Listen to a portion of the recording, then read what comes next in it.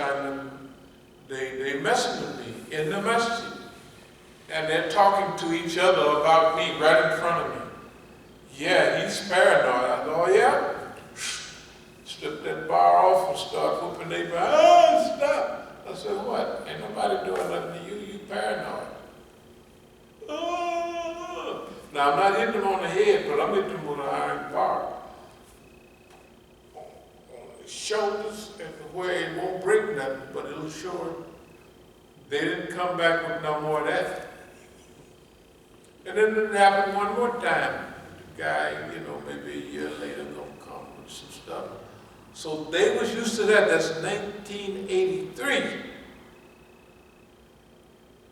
So the information that my sons are giving boss man, because my son is having a fight in front of the Masjid, 12, 30, something like that. And I'm coaching. Spread your legs out, and he's fighting the guy his age. And they have it, and he's doing good. He's a tough guy. And finally, don't get that nigga no break. Choke that nigga, squeeze that. I'm just coaching, from the sidelines. I can't get in it because they. So that was my attitude. That's 1983.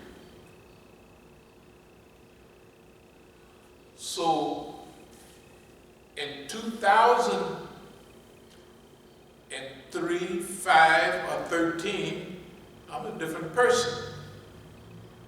They don't know that because they're talking to my ex-wife, right? Oh, and they're talking about what they remember. They remember a few months where I did get a little arrogant. And I got a picture of that. Way long. I don't know if I ever showed it to anybody. But I looked at it and said, that was a mean nigga that got lucky. Nobody ever did nothing to me at that time.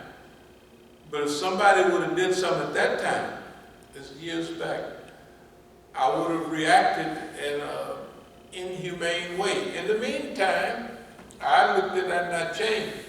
But my wife was always telling the kids, no, your dad is this. So when they related information to the police draw the idea, if you want to get him mad, if you want to get him off balance, do that. That's why Mukhtar, the dummy, Mukhtar is a dummy. He wasn't paying attention to Imam Musa 1995, 1990, 1995, 2000, he wasn't paying attention. When he did that at that time, that was 30 years. I had already been past that. But they didn't know because they hadn't upgraded the information, and they was getting information from people that had studied me and remembered me 30 years before. And they had left out Zuhud. They had left out evolutionary processes in Islam. They left all of that out. You know why? Because even they, since they had nothing to come up and happen, they didn't know I had evolved from that.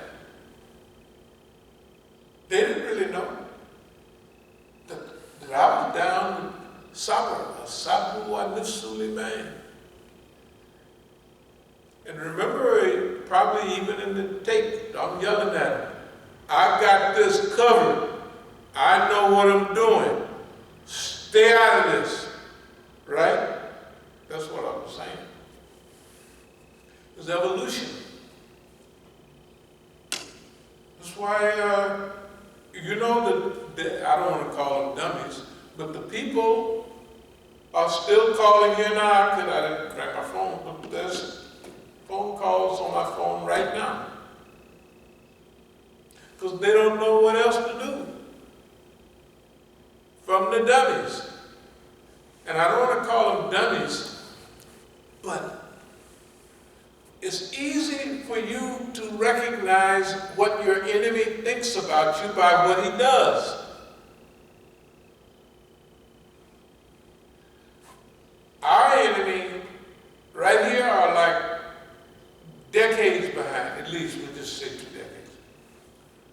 Because they ain't come up with nothing new.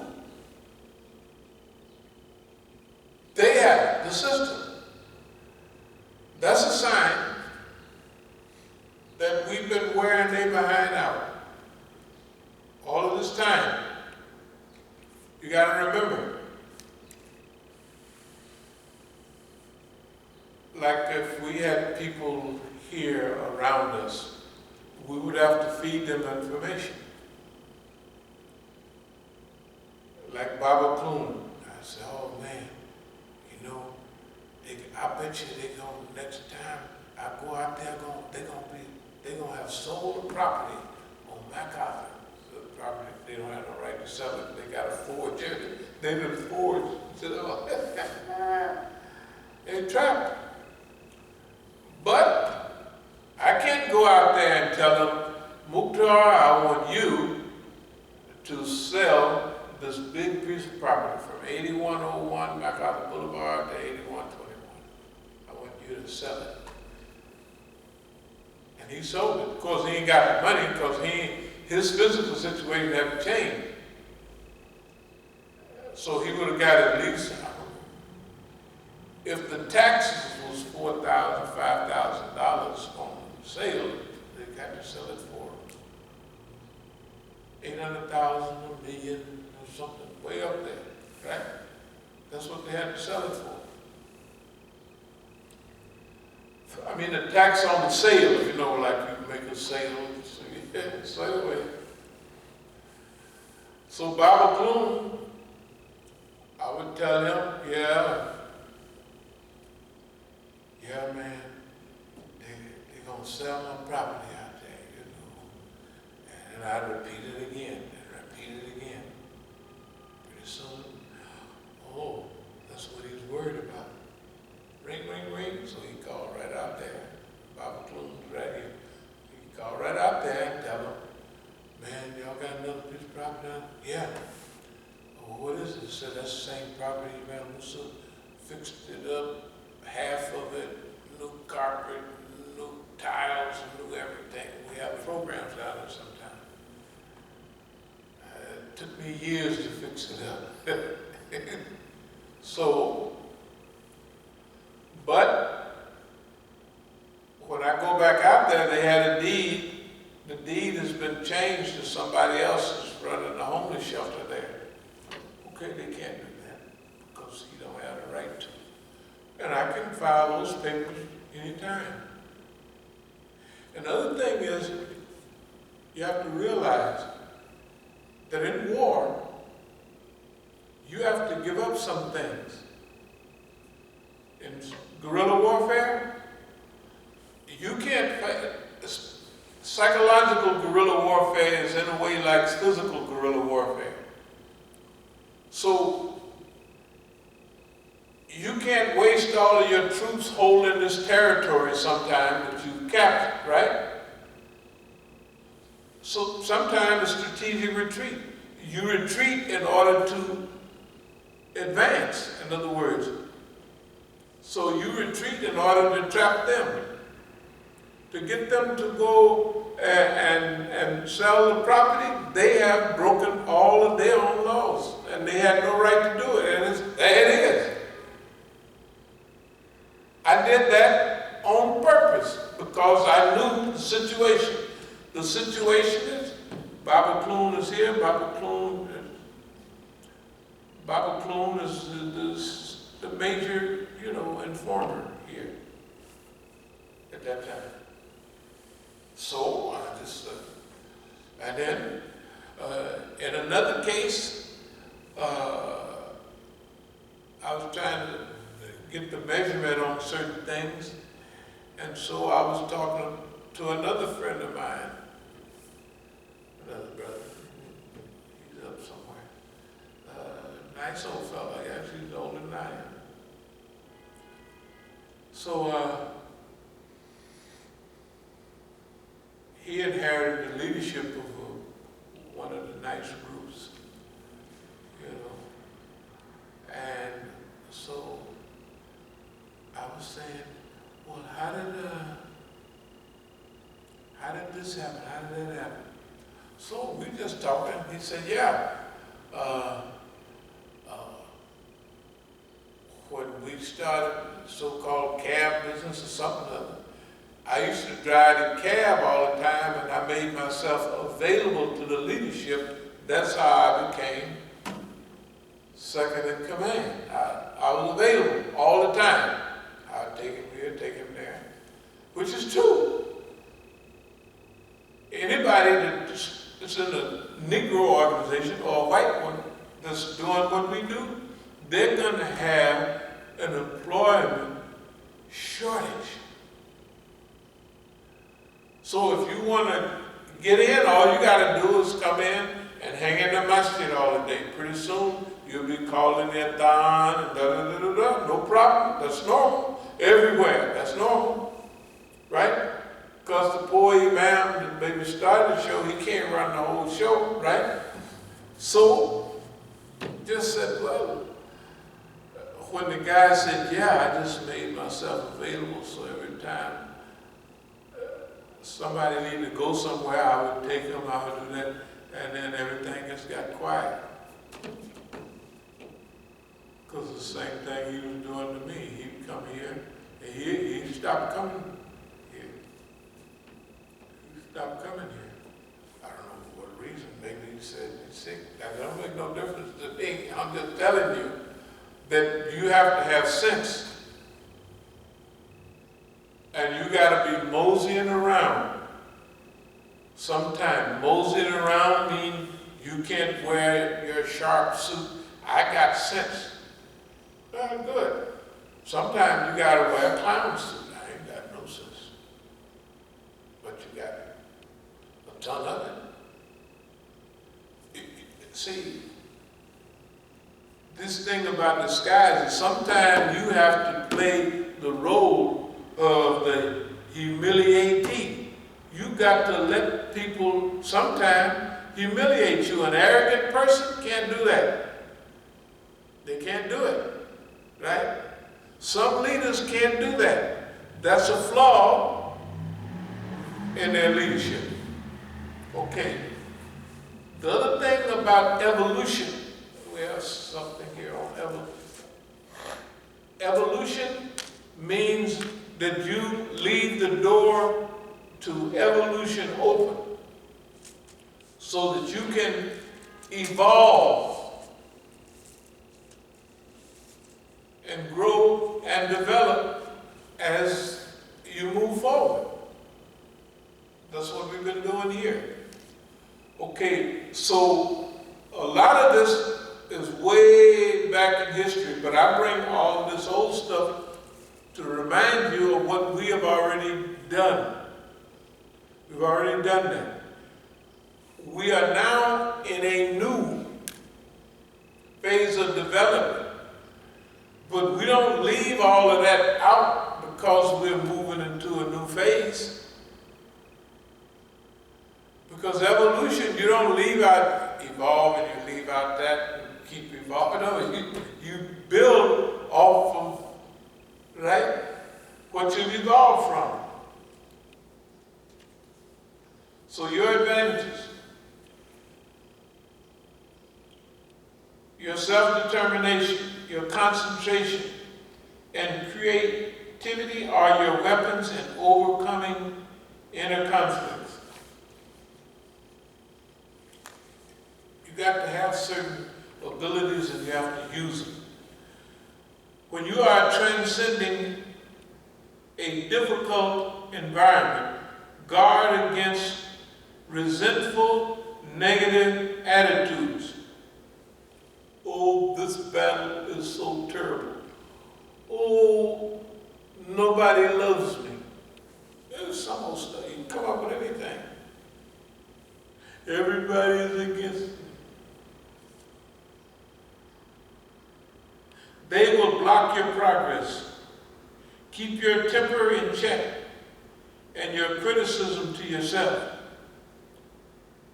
And develop some emotional indifference. Does anybody know what I'm trying to say? Emotional indifference? Emotional indifference. that you can see things that would make you normally sad, but you're indifferent to it. At that time, you can't do anything about it. You have to be detached. You can't do anything about it at that time. No, you can't. You want to, but you can't. So you have to build up your indifference. I have a plan now that when we get ready, I'm going to be able to fix that. That person right there may be hurt from it and they may never recover. But I'm going to build a process in this movement that will cease to happen at a certain time. But right now, you got to be indifferent. Why? Because you can't allow all the circumstantial situations to draw you in, to use up your time and your mind and your space. Right? That's part of movement, especially situational stuff. You don't allow, let's see what situational strategies.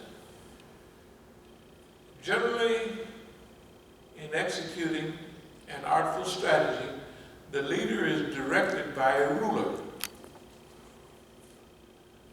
The force is gathered and their numbers assembled. In obstructed situations, do not take shelter. In intersecting situations, gather to negotiate. In isolated situations, do not linger. In surrounded situations, there must be a scheme.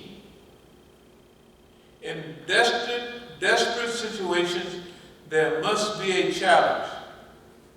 There are paths that should not be taken. There are paths that should not be taken. Paths that sell out the people, that sell out the movement, can't do that. But paths that you could have been preparing for years, because this may be your fifth go-round with Negroes, and you know that they're not moving. In fact, they're getting you more and more surrounded and more isolated. So they think. That's what they think. But remember, you can tell. Remember we gave a talk called White Man on the Line? It was just like going fishing. When you pull it, you know that the fish is on the line, right? So it's the same thing with Mukhtar, Khadija, Abdul Malik, Hashim Alauddin, all of them. I could mention other names of people here. They're all on the line. They work for the Europeans. They have a problem of not respecting people that come from them because they still have their head buried in the sand. And no matter how low Boss Man may have been flying up there, and Boss Man may be 2 feet above crashing into the sea. But the good old time Negro, he stick with Boss Man, I'm with you all the way. And you could have escaped Houdini. You could have ran circles around Boss Man, and you could have slapped him around with one hand tied behind you, and nobody on your side. But the Negro have been trained. You got to have patience with that. You got to say, what's wrong with y'all, man? What's with it? Yeah, I tell you. You know, on the phone you can have, there was a movie that was on yesterday. I said, I'm going to watch it. I saw it in 1972, Faye Dunaway and somebody else. Then down in South America, they call it Ship of Fools, but they call it Ship of something. It was about a bunch of Jews. This was a real incident because you could see it on the History Channel and stuff like that. It was 937 Jews, and Nazis had a little scheme they was doing. So they let all these Jews get on this ship to go, and then they had a thing that they was going to let them disembark in Cuba.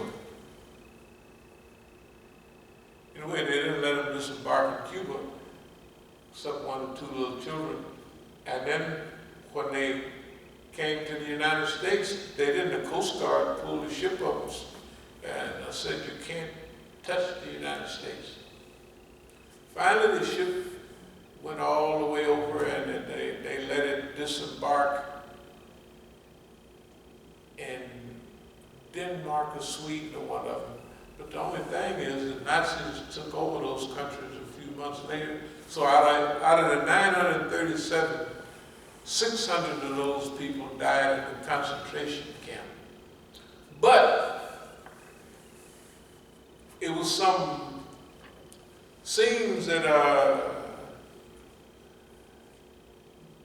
make you understand something about people in strange situations. Of course, there were some people that wanted to help them. There was other people that was undercover, that was actually Jews living in Cuba, you know. And there was prostitutes, but they were still Jews. And they might have hustled up some money to give some of them some. All that kind of stuff going on. But the thing that you recognize in that, they had a German lady singing a song, and the Nazis that was on board watching everybody. When they started singing that song, all the Jews, German Jews, got quiet and started crying. And even the Nazis said, they're all good Germans. The Jews. I was in a movie in East Africa, How the West Was Won. Remember the Dr. John Brandon? Doc went to the movie, and there's another young guy from Philadelphia, he's a senior citizen now. He was young. Shoot, he's as old as I am almost. Shoot, I wasn't 20-something. Anyway,